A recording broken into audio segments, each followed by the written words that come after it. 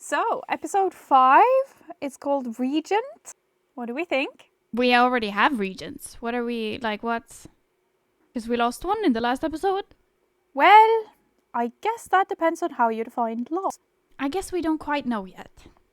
But Alicent seemed to be chomping at the bit to become her own regent.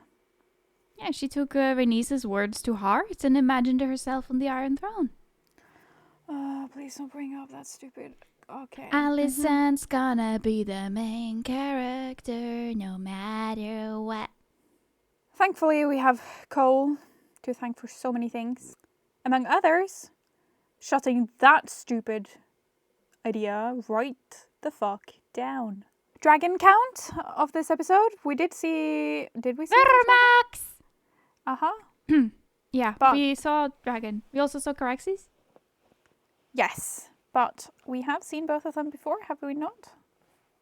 We've seen VERMAX when he was a baby. A little baby. He's bigger baby now. But yeah, we've seen him before. And then we saw parts of Melis. We saw Melis, and she looked different. Was she smaller? It's just a bad angle. This episode definitely felt a bit more slow-paced. Do you not agree?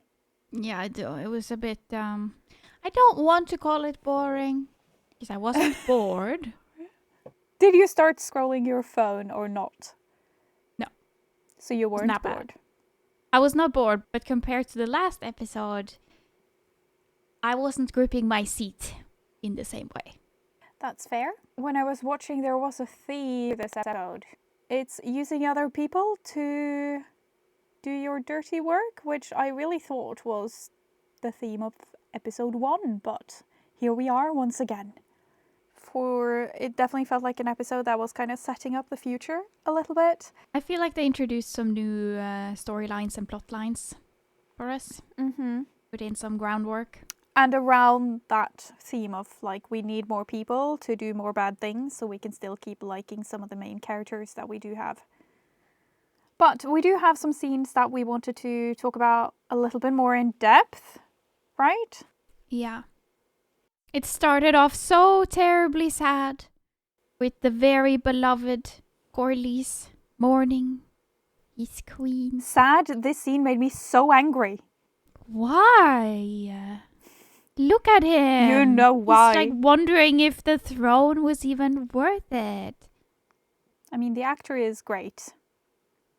But the character is just so infuriating. You know those people where you can tell them the truth, you can tell them a life lesson 1,000,000 times, but they're never going to learn until they do it themselves. I'm sure all of us have some streak of that, but some people are extreme and they just they can't just believe people when they say something. And Corlys definitely seems like one of those people. He never learns until he's sitting there and his beard is in the mailbox. Is that probably not something we say in English? Because I feel like that sounded strange. Well, his beard is everywhere else, at least. Oh god. Well, I guess Corlys is pondering whether sacrificing all of this was worth it to get his blood on the throne. And it's not going to be on the throne. Or maybe he's just, sad because he's lost everything. You're right. He's supposed to have this big emotional important moment. But like Rhaenys told him. Yeah, but she's just a woman. What would she know? And he's such a good sailor, okay? He knows what he's doing. Maybe this is him realizing he had absolutely no clue what he was doing. Sucks to be you, Corlys. Ha. Suck the big one. No, that was Laelor. How are we? Like, how many minutes in are we? We are just outrageous today. Had a little bit too much of the moon juice. Rhaenyra is, of course, also big sad. Having lost maybe the only person who really has had her back. But at the same time, this is far from her biggest loss. Well, it's apparently their biggest dragon. Yes, I meant the personal emotional loss, but the biggest dragon would suck to lose when the other side has Vhagar. I also love that in this episode we get actual, not common people, but the lords around the realm know the names of the dragons, so it's obvious that people know who Vhagar is. I thought that was pretty funny. She's a bit of a celebrity. Favorite celebrity, her socials would be popping off. What kind of brand deals do you think Vhagar would get? Breath mints? Maybe Botox? Do you mean she was supposed to advertise it or get it? Vhagar skincare routine before and after. Vhagar, get ready with me to go slay some family members. I see it. I'd watch it. Do you like rotten fruit? Moldy? Maybe a little bit of both? That's my favorite. So I know this is besides the point, but if you have moldy fruit, you really shouldn't keep it with any other fruit because the mold will spread. It looks like it has. I know, right? Because they kept it together. You should separate the moldy fruit. Idiotas. But I get the point. Life sucks at this point. Yeah, it's not fun to be a resident in King's Landing at the moment. Or a regent, for that matter. No, but the ones inside the castle at least have food that does not look blue. I'd like my food antibiotic free, please. They feed the dragons antibiotics? I'm feeling like this particular dragon might just be a touch beyond the help of antibiotics. Well, they brought her back to King's Landing to see if she could be saved. Did they? Is that what they did? Where's her body? Maybe it's arriving later. She's quite a large dragon. They might have had to take the head first. They are very special. You'd think that some Westerosi veterinarians would like to study the dragons. This is a huge plot hole. Right? Obviously, the scene is where they are dragging Meleys through the streets. It kind of gave me the feeling that they were doing the same thing as they did with Jaehaerys. Making a spectacle out of the event that has happened. Yeah, I think that's right. But that this time it maybe didn't go the way that they planned. Because people are not celebrating, they are not impressed. They are more... disgusted? Freaked out and shocked. Yes, disgusted. And it seems like they're completely baffled by the idea that a dragon can be even killed. I really like the inclusion of that to show just how sort of unattainable, how untouchable the Targaryens look to common people because they have these magical flying beings that they look at as gods. I like that they included that.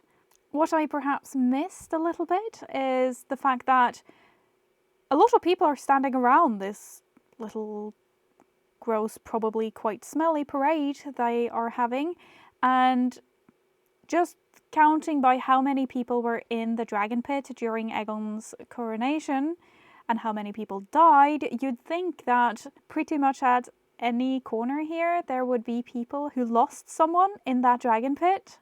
And if they just made it clear, we got the dragon who's responsible for all of your family members dying, I feel like perhaps the tone would be a bit different. Yes, it feels like a big missed opportunity to gain some more favor with the small folk. And I'm not entirely sure why they did that. Maybe the people do know. Maybe they know the names of all the dragons, but I wouldn't really think so. I don't know. It's a red dragon, and maybe they even didn't pay attention to the color of the dragon as it was, killing them. I think if the dragon was close enough that they could recognize it, they might feel like it was too close and would try to run away from it rather than try to identify the little differences between the dragons. The genus of the dragon. And I'm also not entirely sure, the people know there's a war, right? And they know dragons exist. Did they think this was going to go down without any of the dragons dying? Because they just seem so shocked that it's dead. It's very sad, though. I think I'm just a bit numb because the season started with something so awful That, although it does feel sad when the dragons die, it just doesn't hit quite the same for me.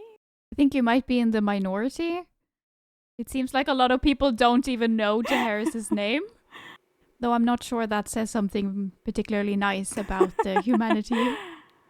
We do love our pets, however dangerous they are.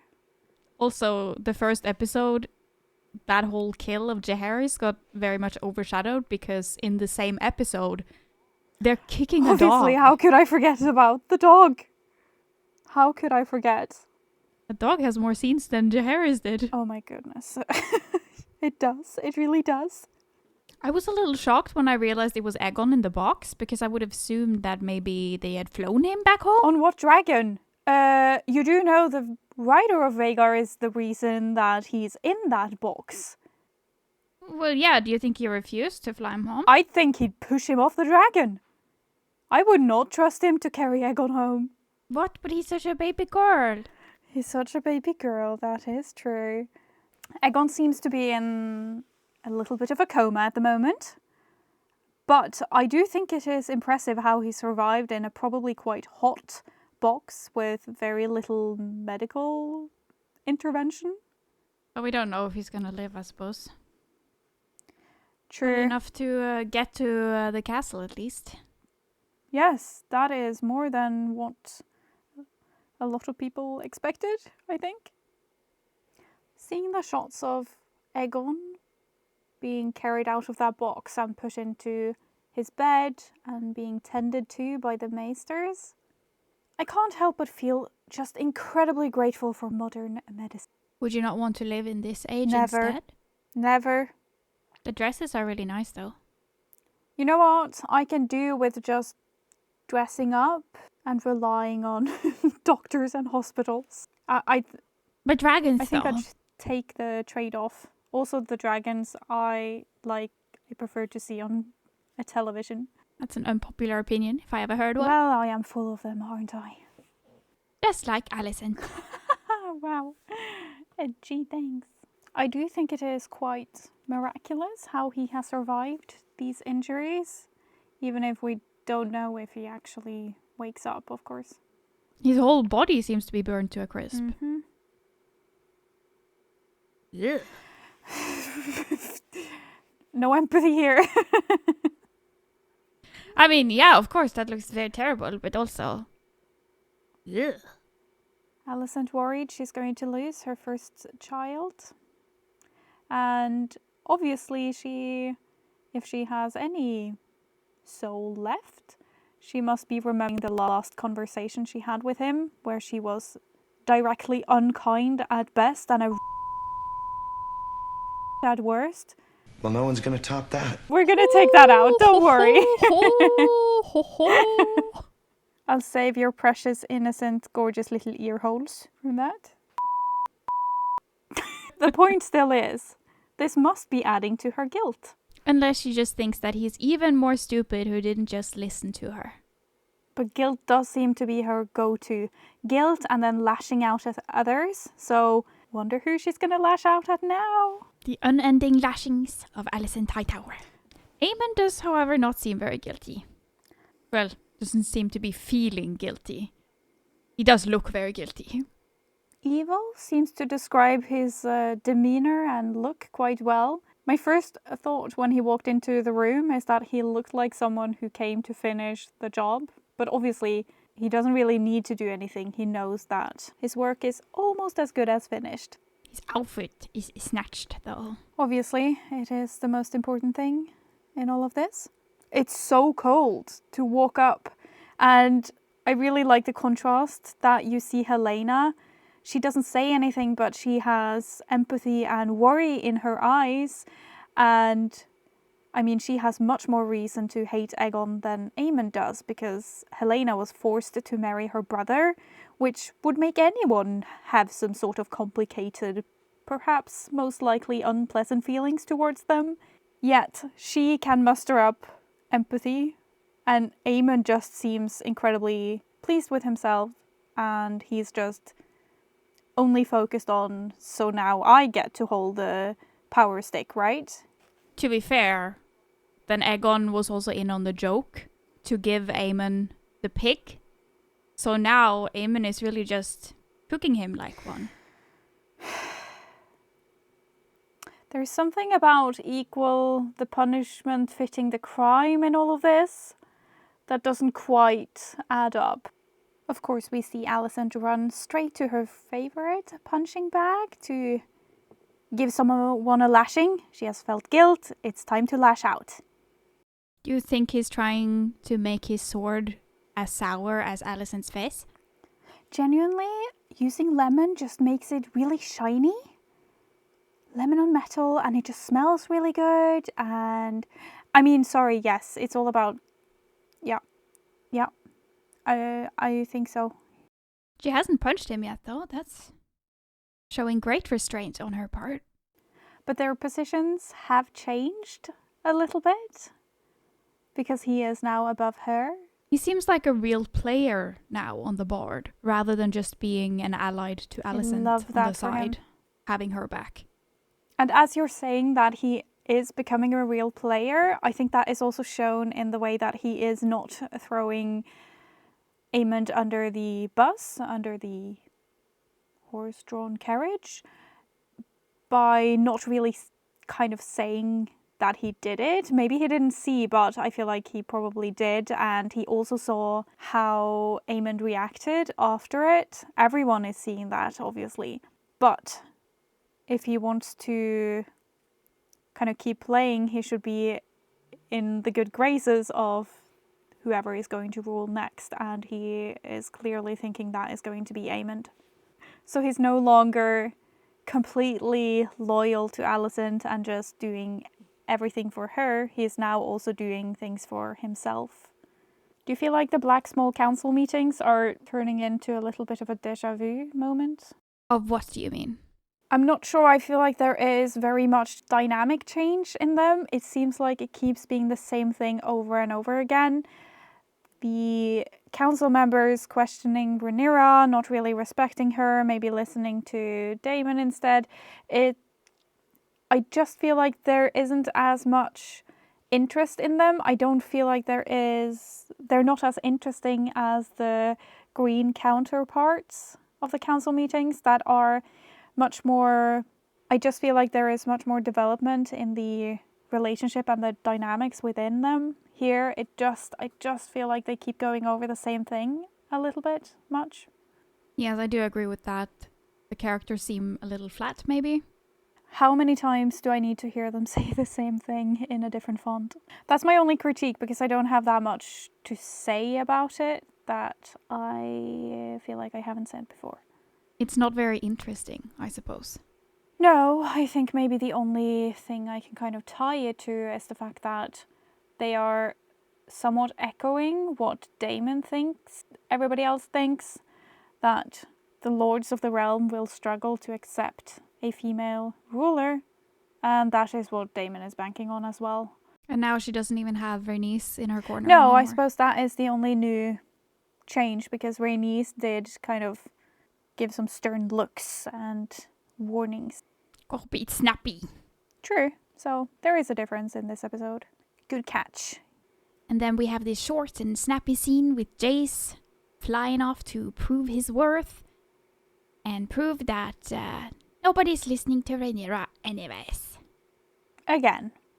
But he's not wrong that it would be quite humiliating to just be kept like a little baby while everyone else fights.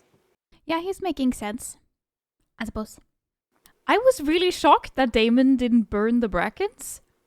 I know, he seems so fond of it. Kind of a cute dragon. Oh. Some hardy bastards, those brackens. Yeah, I'm gonna be honest. I'm not this brave. This could never be me. I just surrender. I hate to say it, but it's just true. I'm terrified. Such a cool scene, though. Yeah. He could go out with his head held high, doing it that way. Fire and blood is wasted on Daemon, who has much crueler tactics up his sleeve. And in a parallel from episode 1, we see Daemon give a command that is a little appropriately vague enough just to inspire the worst in humanity. That is actually what he's asking for, yeah. He is, and he was the last time as well. He is just kind of hiding it a little bit, but making sure that the recipient knows that I am fine, however evil you want to be. Literally saying, show them your worst. I mean, can't get more clear than that, kind of. No, Daemon is very aware of what someone's worst can look like, so... But seeing as Rhaenyra got pretty pissed after the whole dead child, he now has the addendum that I can't be seen to do this. Otherwise I'd do it myself, I'd be there to help you, but, you know, maybe you can, nudge nudge, wink wink. We are also introduced to Lady Jane of the Vale in the Eyrie. And Rhaena is just so over hearing other people talk about their own greatness, it seems like. Not quite listening. And then getting a little bratty.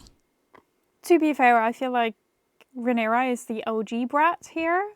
Like every sane person would know that Jane meant, I want a proper dragon to protect me in case your enemy dragons come and try to persuade me to join them. I'd rather not have that happen. She did not mean to have 2 birds sent to her. To just say, semantics. It's just quite insulting, I think. I just feel like maybe they are promising dragons they don't quite have. Because I feel like it's very reasonable to say I want a dragon for protection when you are in a dragon war and people are asking for your alliance. But Rhaenyra keeps evidently making promises she can't keep. And then being like, oh, but the dragon's gonna grow up and then be big and can protect you. And it's like, yeah, it's not gonna protect them from this war. I really enjoy seeing how this is playing out, actually, with these dragons and how they are kind of bargaining chips. But they're also very different in value and weight, if we can call it that. All right, Rhaenyra, what do you have to say for yourself? Rhaenyra is feeling ignored by her council. Rightfully so. Miss Arya is being clever by not ignoring Rhaenyra. So she is going to become possibly more and more important, I think. Cozying up to the queen. And she is also echoing what Daemon said just a couple scenes ago, earlier in the episode, where he said that the crown must not be seen to do certain things. She is now advising Rhaenyra that maybe other people can do your dirty work. Overall this season, I have been quite pleasantly surprised by seeing Rhaenyra's inner workings, if you can call it that, where she's kind of recognizing the flaws in people she perhaps idolized for a while. So she has definitely voiced some of the things that Daemon has done to her. So we know that she is aware. And now we are also seeing how she is looking back and seeing how Viserys did not prepare her for rule or for the eventual war that he should have known was coming. Especially pointing out that he didn't train her to fight, he didn't train her in how to lead, he just gave her his cup. And said she'd make a cute little queen.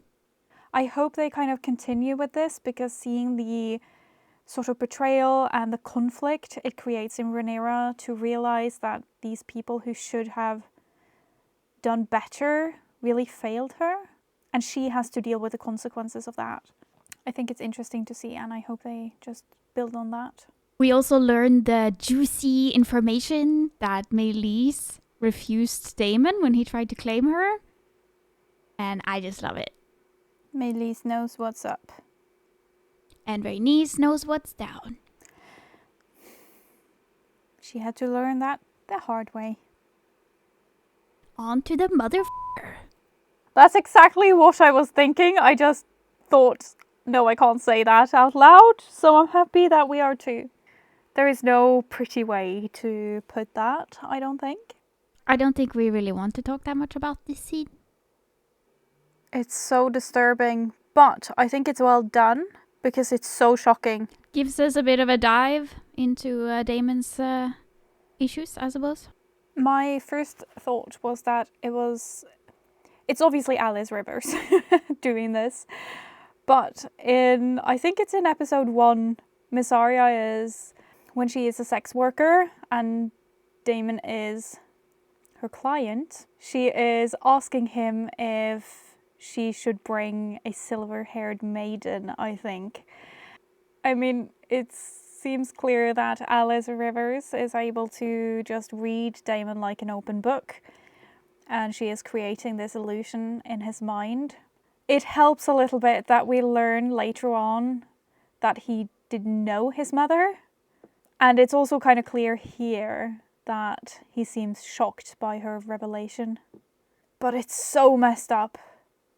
I did not think the Daemon incest could get any worse, even though this is, thankfully, an illusion.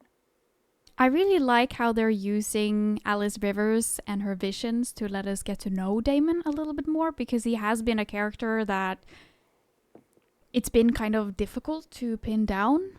And this is a very interesting way to learn about a character who's quite repressed in many ways. That's a good point, yeah. And the way he is just so out of it.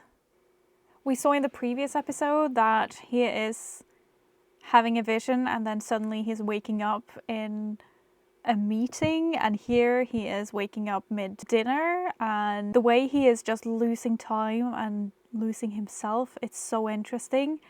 And he's sitting at this dinner table. I just have to note that I really love when he is kind of coming to, if you will, that it seems like they have used a lens that has a slight fisheye effect that just really draws you in again to kind of, you're almost feeling what Daemon is feeling, that you are just, you're feeling a bit messed up, like you're not seeing things clearly, you're not seeing reality clearly. And we also see Alys Rivers in the background there with the wine or some sort of drinkable, and she has fed him some questionable potions in the past. He just keeps drinking it. That's what's so surprising, because he was so against having soup when he first entered, and he's just drinking this witch's wine. We have seen a progression of Daemon's character and ambition, perhaps especially, throughout this season. Every episode he is seeming to want a little bit more respect, a different title than he really has. It started by demanding he be addressed as Your Grace, and we see here that he is pulling it even further, and he is wanting to be addressed as My King. And obviously this follows the scene where Alys is messing around in his head, and we're seeing his nature of thinking that he ought to be the true heir to Viserys, that he thinks he should be. We see also later in the episode that that is truly where his both conscious and unconscious mind is at. I feel so bad for this old man who's just desperately trying to get along with Daemon, which is like an impossible task. And he's just being fluffed around, needing to change out the titles left, right and center. Especially because he is trying to get along with Daemon without being a traitor to Rhaenyra. Because that's not what he wants either. He doesn't want to be caught between them. But he can obviously tell that Daemon is veering off in a certain direction with all these title shenanigans. He is definitely reaching for something else. Because ever since Aemond claimed Vhagar, really, we have seen a parallel between Aemond and Daemon. And we're seeing that even more so in this episode, where they are both reaching for what is technically the firstborn's right. And that's why the name of this episode, which is obviously Regent, can apply to both Daemon and Aemond in this episode. Ooh, I actually didn't pick up on Daemon also reaching for that Regent title. Well, I mean, I noticed that he was wanting to go that direction, but I didn't think about it in the combination with the title, episode title. I like when a title can refer to many things, because I think the obvious interpretation or understanding is that it's about Aemond. I mean, I went straight into the net with that one. I think it's especially pointed because from the scene where Daemon is demanding he be called my king, we are moving straight into the Green Council where they are trying to name a regent. And that is a fairly short process. It seemed like Alicent was pretty sure she was gonna get the title. Feeling a little snuffed. Absolute delusion of that. To even think she'd be above Criston Cole is so wild to me. I thought it was kind of surprising that Cole wasn't Even an option. gonna be leading things. I thought that was the whole point of having a hand, that they will rule when the king can't. Maybe they're pretty certain he's gonna, No doubt. jump on the nope rope. And I think it's also quite clear to most people in that council, and perhaps even, or most likely Cole himself, that Cole is a commander, not really a politician, which a hand should be. And he looks so uncomfortable as well in this scene. Both of Alicent's allies are backing down in favor of Aemon, and Yes, it's really coming to a head at this point, sort of who are you going to stand behind?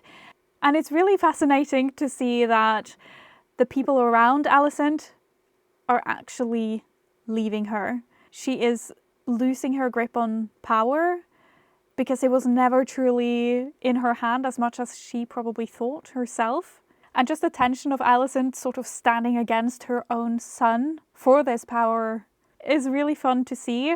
And as we were talking earlier about the black small council meetings, this is what I'm talking about. This is so much more interesting. There is so much more to talk about and think about when it comes to these council meetings, because there is just more happening here, both topically and subtextually. yes, there are more ties between the various characters.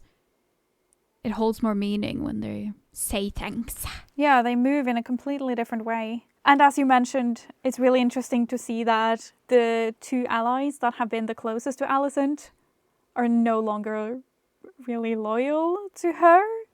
She somehow gets the Grand Maester to offer some sort of diplomatic answer that he probably knows will be shut down. But when really forced to put forward an answer, both Larys and Cole are dropping Alicent like a sack of potatoes. Ready to feast on her bones. At this point, it seems more like her chair is sort of a sympathy chair. Like, fine, you can be here, but you're not going to have a say. It takes absolutely no hesitation from Aemond. He gets up immediately and goes to sit down in Aegon's chair. One thing I noticed is the way he is putting down this little bowl that they all have. They all have their own bowl, and he obviously picks up Aegon's, and the way he is putting it down. We have seen Aegon put it down quite a few times and sort of play with it, where he is spinning it around and just messing around with it a little bit, and Aemon is just putting it down firmly. There is no fuss about it. I don't know if it means anything, but it's just something I noticed. I don't know. Did you? I feel like it makes it clear right off the bat that he's going to be a very different ruler than Aegon has been. Exactly. And very much more direct. And it's also shown that he is just getting straight to the point as he is sitting down. He's putting down a plan, and he is just very decisive. Very wants to be on top of things immediately. His whole posture, everything is just saying he is here to claim this position. He has been waiting for this. He has just been itching to give these commands. And then we have this pretty cool zoom-in shot of Alicent, I don't know, disassociating as she is realizing that her power is just slipping even more. Did she ever have it? I don't know, there is something slightly satisfying about sort of she had her shot at impacting things and people, and she wasted it on being guilty and lashing out when she should have been putting her ego aside a little bit more and being a little bit more strategically minded, and seeing that that window is now closed. It's satisfying personally on a level that, see, you should have done more, but also obviously sucks for her. It really reminds me of something she says to Rhaenys when she has her trapped in the tower. She says, women do not rule, but we may guide the men that do, or something like that. And here it's really clear that not even that. But she had that chance. She had that chance to guide Aegon. He was open to her. He was not listening 100%, but what can you expect? People are not puppets.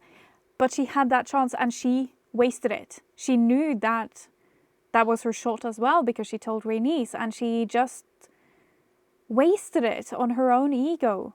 And obviously she knew that she didn't have as much sway with Aemond, but she has now also opposed him, so I suppose the train has just left the station in that regard. Yeah, she's really spinning out and losing all of her influence, and she seems very aware of it and really falling into despair over it. Yeah, because she wasn't completely without influence and power. It's not like she's always been that way. Absolutely it's not not. like she is realizing it was all a facade. I think she thought she had more power than she did, but she was definitely one of the most powerful women in the entire realm, and yet she didn't use it in the smartest way possible. I like how we've gotten to see the issues between Aegon and Alicent and the issues that, well, the mommy issues there. And we've also seen that Aemond has obviously mommy issues as well. But I kind of wish we got to see more of the reception. We've talked about that before, but after Aemond returns from having killed Lucerys, we don't get to see any communication between him and Alicent.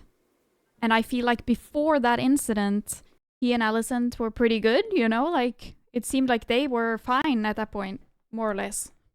I would say more, because it definitely seemed like he, even if he coveted Aegon's position, it seemed like Aemond was still willing to put aside his own desires to please his family, and he was loyal. So I agree there seems to have been a shift there that we did not see, and I think that's a shame. So I agree with that. I feel a piece is missing there. I definitely agree. And Luke might be that missing piece. Because in episode 10, it's clear that she is trusting Aemond to find Aegon and bring him to her so he can be crowned. And then suddenly, in episode 3, she is telling Rhaenyra that you know what Aemond is. I mean, something happened there. And we did not see it. Yes, and we also see Aemond speaking about Alicent. I think that may have been in the first or second episode. That, our mother still holds love for her enemy that makes her a fool or something like that.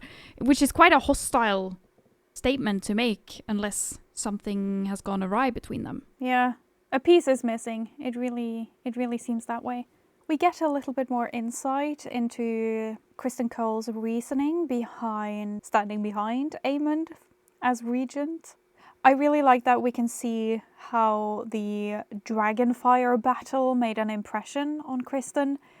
He seems slightly damaged by it, and we saw that at the end of last episode as well. He's talking about it here, how seeing the burning and melted bodies really was awful. Came across as a bit of a reality check, perhaps, and he doesn't seem to be reveling in the glory of any of it, but rather seeing things a bit realistically. And maybe he understands that Alicent has no way of being able to understand what they now have to descend into. And how could she? She did not see it. And he is just putting it plainly that they need someone who understands what this entails to be ruler at this point. And they are all right. She has no experience ruling through war. I also really like how he is calling her Alicent after she is being rude to him, because she's not in the position where she can be as rude as she used to be able to, in a way, because their dynamic has changed. And once again, he's the one who leaves her standing there, rather than her granting him leave. Yeah, it's a nice touch how they have done that in the last couple of episodes. It seems like Aemond is quickly enacting his new policies. He is removing the rat catchers who were hung. Hopefully they will get a dignified burial, but who knows. And he is also closing the city so people can't get out. And I'm not entirely sure why they are so set on doing this. Are they needing the manpower in the city?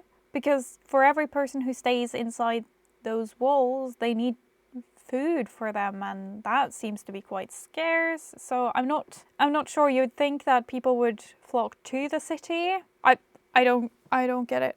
I was also a little bit confused by it. I'm wondering if it could maybe have something to do with if people are leaving the city, then the various laborers that they need for the economy and everything to go around, that those people will be gone and that the whole system will collapse. Because otherwise, I don't know what it could be. It seems like they would have more resources to take better care of the people who stayed. Well, I'm no expert on jobs of the medieval ages, but I assume they need some people to swipe the street and merchants to sell the wares and window cleaners. I don't know. But it might be that they don't want to lose control over the city. Maybe, but it feels like a very efficient way of building hostility towards the rulers. I mean, unlawful imprisonment. Yep. Maybe they'll talk more about it later. But it seemed a touch odd. It's nice to get some perspective again, though, from the people actually living in King's Landing and seeing how this war is affecting them. They seem to be following this little family to give us some insight. But I do like that they have this general theme in this episode of the common people being hungry and scared and a little bit angry if we're judging by these faces on the screen right now. It's absolutely criminal how this is the only close-up view we get of VERMAX. He looks cute. He does look cute. He does look cute, but I want to see him from at least 7 more angles. Jeez. Cute might not be the quality you want in your dragon during war, however. Okay, he's ferocious, whatever. Ferocious? Wow. Mm. Would that be the name of your dragon? Yeah. I have to say, Jace is surprisingly good at diplomatic negotiation.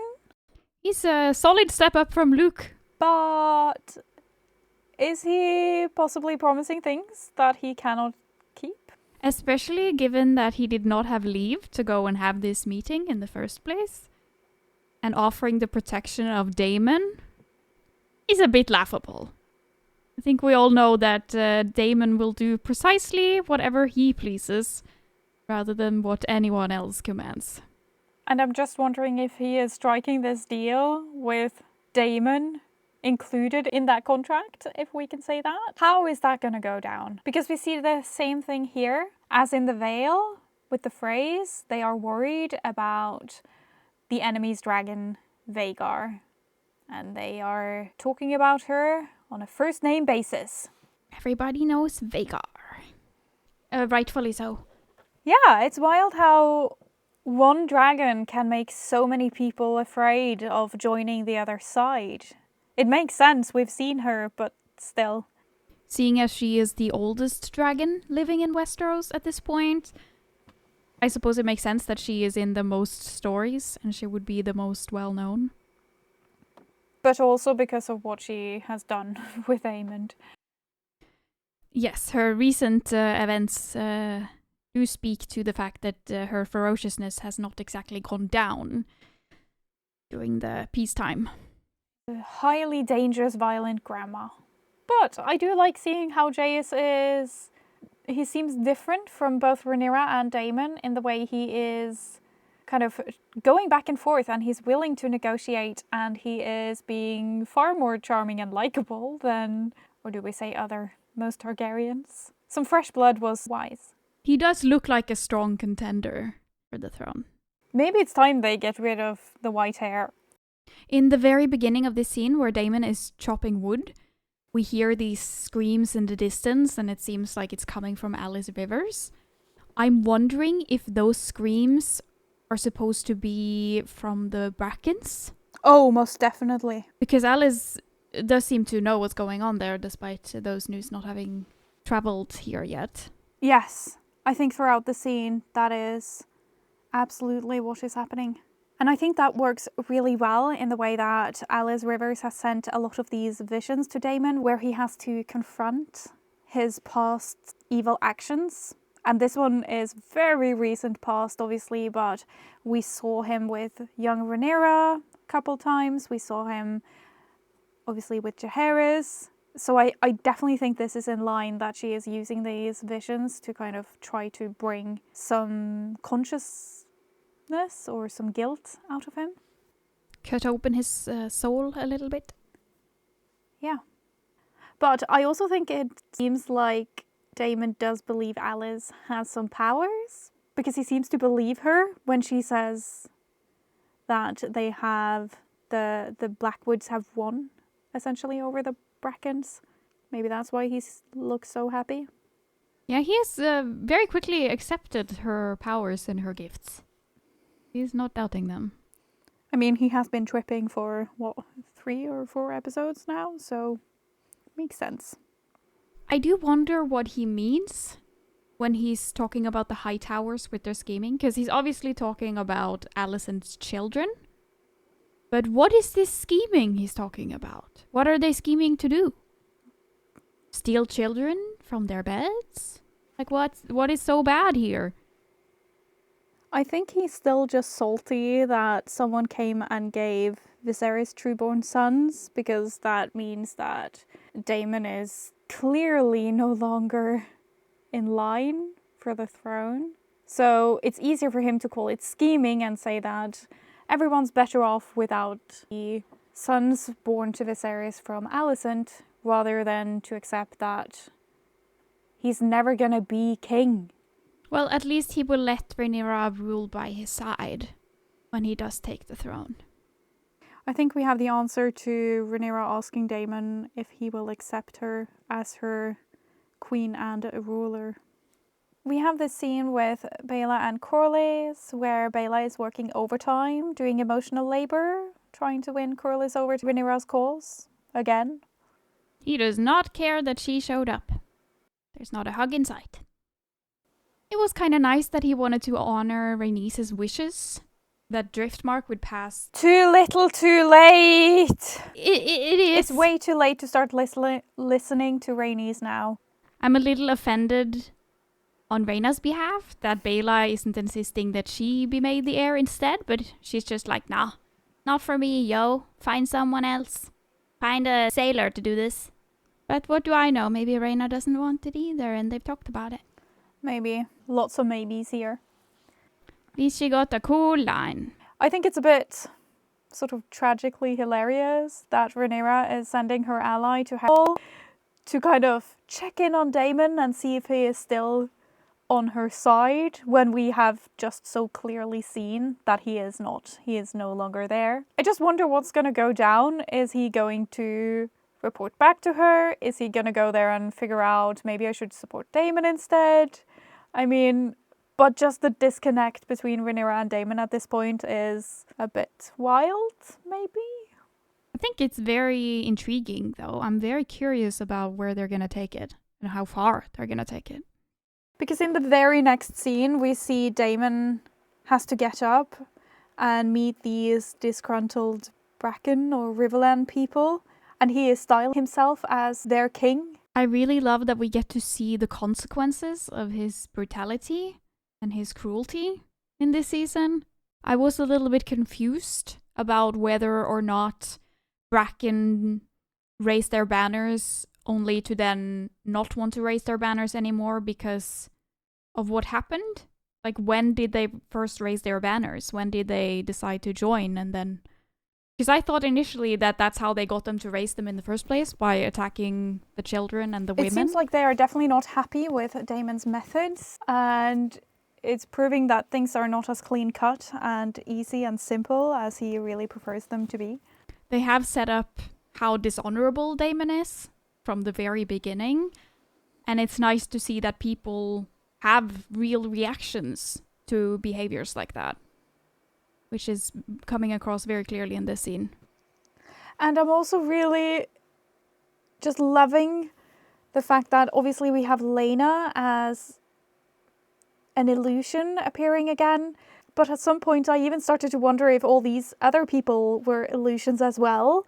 And I love that I'm just so far gone and Daemon is so far into this weird trip land that... Yeah, because everything bleeds together. I know, and everything looks so real, and it's only by the fact that we, as a viewer, know that some of these people are definitely dead that we can tell it is an illusion, but it's just blending and it's really interesting, very enjoyable to watch.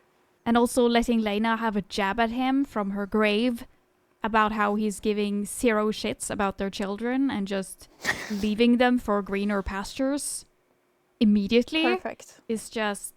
I love that. Finally got his chair.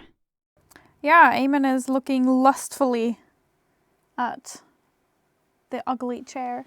The most dangerous seat in Westeros, except for Vhagar. Vhagar didn't seem as dangerous as to be on the seat of a dragon opposing Vhagar, if we're going by statistics. That's true, but the first time he climbed on top of Vhagar, that was pretty ballsy.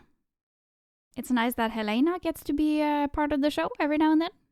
One line, but it's a strong line, and I wonder, knowing that she is a dragon dreamer, I wonder if she saw any of what happened. She seems to be the only one really asking him directly and really kind of holding him accountable. Alicent is just looking at him fearfully, and she has the feeling that Aemond is responsible for what happened to Aegon, but she doesn't know to what extent. Criston Cole doesn't seem to want to talk about it at all, but Rhaena is the only one asking him directly, which I think is kind of cool. Yeah. I wish we got to see much more of Rhaena, because it's hard to say much about how her affiliations to the other people in her family, because she's in such few scenes. Yeah, she's very much in the background. I mean, in the same vein that Alicent ruled in Viserys' stead, Rhaena is queen to Aegon. I'm sure she wouldn't want to rule, but Alicent thought she was fitting, so why not Rhaena? Yes, she ruled when Viserys was sick. Why shouldn't Rhaena rule when Aegon is sick? In that vein. Granted, of course, she has no experience and it wouldn't be a very wise decision, but she could be included. Also, where is Dreamfire? Oh my god, we're really missing this dragon. And it's a big one too. I feel like I say it every episode, but... It's so wild because they only keep talking about Vhagar and Sunfire is down, but Dreamfire is a huge dragon. Yes, she's one of the biggest dragons to have a rider. And especially as we see at the end of the episode when they're talking about trying to utilize some of the other dragons, Dreamfire is going to become even more important. Do people know that Rhaena even rides a dragon? I mean, it would be easy to miss, because they never talk about it. She never talks about her dragon. We've never seen her with the dragon. We've barely had a glance at Dreamfire from one of the very first episodes. So it's... In the dark. In the dark. And it was, what, a second? 2, mayhaps? Mayhaps. This last scene poses a very interesting question. Could we put more people on dragons? I think even at the end of the last season, there was talk about unclaimed dragons and how they could be an asset to them in this war. Yeah, but if even Rhaena can't claim one, and she's quite Valyrian, isn't she? Arguably more than Jace. I wonder how many times she's tried, and if she's tried all the unclaimed dragons. At least I really liked that they mentioned it, because I felt like it was a big plot hole to have her walk around and not even try to claim any of the dragons. Yes, because I've also been wondering, like, what's going on there? She really wanted one, right? She's been talking about it since she could talk. If I'm just assuming, it might be natural that she has tried to claim Laenor's dragon. Sea smoke? Yes, sea smoke. But it makes sense that that wouldn't work, because Laenor is not dead yet, too, as far as we know. True. This scene might mean that we are going to have some dragon claiming scenes. Oh, I hope so. Show us some more dragons. We have already seen Vermithor that they are talking about, I think. Yes. And he seems like a pretty chill dragon. Even Daemon could go and chat with him. In the scene, I really like some of Jace's insights, if you can call it that. Rhaenyra is talking about the fact that they don't have any more dragon lords to put on the unclaimed dragons. And Jace is talking about how the history books are made to make the Targaryens look good and special and like they're the only ones able to ride dragons. And he is kind of like putting a little bit of a question at that. And I think that is so cool. Anything to make Targaryens like a little less special, and it is a good point. Why wouldn't they try to have monopoly over these fire-breathing flying lords? Maybe some slightly diluted blood could work, and we see this obviously in Game of Thrones as well, where Daenerys is quite diluted in terms of how much Targaryen blood she has left, and she is clearly able to ride a dragon, and so is Jon Snow. I look forward to next episode. Hopefully they'll show us some Silver Wings, some Vermithor. I hope they just go straight into that. I'm really ready for some more dragon action that is not just fighting. Yes, this episode was a bit slow, I feel, to me. So I'm ready for some more action in the next one. Yes, I don't need every episode to be shocking and violent and crazy, but it's nice to have some diversity and heart stoppers. Did you have any highlights from the episode? I guess I quite like the parallel in this episode of it's really coming to a head between Aemond and Daemon. Just seeing all of that, I feel like that is something I can spend a lot more time thinking about and mulling over in my head. I do quite like that. I will say maybe the most entertaining part for me was Rhaenyra's belief that she could take out Vhagar on Syrax.